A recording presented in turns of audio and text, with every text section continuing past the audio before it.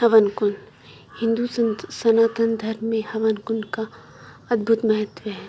हवन कुंड आहुतियों के लिए बनाया जाता है, लेकिन हवन कुंड की आहुतियों का उद्देश्य अलग अलग हो सकता है। प्राचीन काल में एक बहुत बड़ा राज्य था। उस राज्य में धन की नियंत्रण कमी बनी रहती थी। राज्य में कोई श्रेष्ठ राजा तो नहीं था। हाँ, छोटे मोटे जमींदार अपने अपने स्तर पर राज किया करते थे। राज्य के अंदर आने वाले सभी गांवों की व्यवस्था नियंत्रण बदतर होती जा रही थी। गरीबी की वजह से लोगों को दैनिक जीवन में समस्या उत्पन्न होने लगी। खाने पीने की चीज़ें भी की भारी कमी आ चुकी थी, जिसकी वजह से लोग कीड़े मकोड़े, सांप बिच्छू तक खाने लगे। एक रात एक बुजुर्ग सड़क पर तड़प रहा था। रास्ते से दो व्यक्ति गुजरते हुए उसे देख लेते हैं। वह तुरंत उसकी मदद के लिए उसके पास पहुंच जाते हैं, लेकिन जैसे ही वह उसे हाथ लगाते हैं, दोनों ही उसी तरह तड़पने लगते हैं और देखते ही देखते कुछ घंटों में ही उनकी दर्दनाक मौत हो जाती है। रात भर सड़क पर तीनों लावारिस पड़े रहते हैं। सुबह होते ही उन तीनों के आजू बाजू लोगों की भीड़ लग जाती है। तभी दो लोग उन्हें उठाने जाते हैं, लेकिन ये दोनों भी किसी बीमारी से ग्रसित होकर तड़पने लगते हैं। राज्य में एक अनजान महामारी ने अपने कदम रख दिए थे। दोनों को तड़प कर मरते देख किसी की भी हिम्मत नहीं उनके पास जाने की नहीं होती। सभी घबराकर इधर उधर भागने लगते हैं। प्राचीन काल में राज्य के गांवों में वैद्य हुआ करते थे। संयोग से पास ही एक वैद्य जी की कुटिया थी। सभी वैद्य जी के पास जाकर मरे हुए लोगों की जानकारी देते हैं। वैद्य जी भागते हुए उस स्थान पर पहुंच जाते हैं जहां वह मृत अवस्था में पड़े थे। महामारी के चलते वह उनके नज़दीक नहीं जाना चाहते। तीनों का शरीर काला पड़ चुका था, जिससे वैद्य जी को आभास हो गया था कि यहाँ कोई जहरीली वायु का प्रभाव है और हो न हो यह वातावरण प्रदूषित हो रहा है।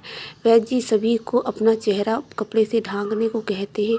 महामारी अपरिचित थी, जिसके बारे में अभी तक किसी को कोई जानकारी नहीं थी। वैद्य जी शास्त्रों की मदद से इस महामारी के उपचार का पता लगाने की कोशिश करते हैं। उन्हें शास्त्रों में एक जगह प्रदूषित वायु को शुद्ध करने के लिए हवन कुंड का जिक्र मिलता है, जिसमें बताया जाता है कि वायु में तरह तरह के विषाणु विद्यमान होते हैं, जिन्हें नष्ट करने के लिए विभिन्न प्रकार की लकड़ियों से हवन किया जाना चाहिए, जिसके प्रताप से वायु में उत्पन्न विष पृथक हो जाएगा और वायु प्रवाह पुनः निर्मल होने लगेगा। धीरे धीरे एक करके कई गांव से इसी तरह इंसान और जीव जंतु की मृत्यु की खबर आने लगी। आम लोगों में खलबली मच चुकी थी। सभी का जीवन वायरस से प्रभावित हो रहा था।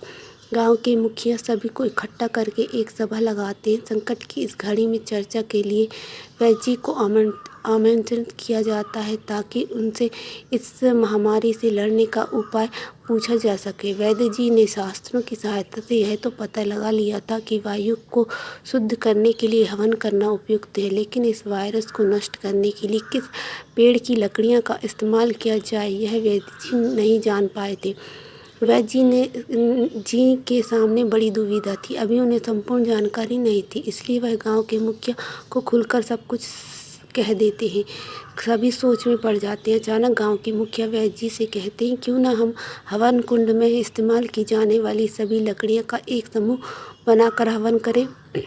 वैद्य जी को मुखिया जी की यह सलाह अच्छी लगती है और वह शास्त्रों में बताए गई सभी लकड़ियों को लाने का कार्य गाँव वालों को सौंप देते हैं। कुछ लकड़ियाँ तो आसानी से प्राप्त हो जाती हैं, लेकिन कुछ ऐसी दुर्लभ लकड़ियाँ थीं जिन्हें प्राप्त करने के लिए पहाड़ की ऊंचाई तक जाना पड़ेगा, जिसके लिए बहुत समय लगेगा। तभी वैद्य जी को एक विचार आता है, यदि पहाड़ के ऊपर जाकर हवन किया जाए तो आसपास के सारे गांव की जलवायु शुद्ध होगी, जिससे और भी अतिशीघ्र समस्या का समाधान होगा।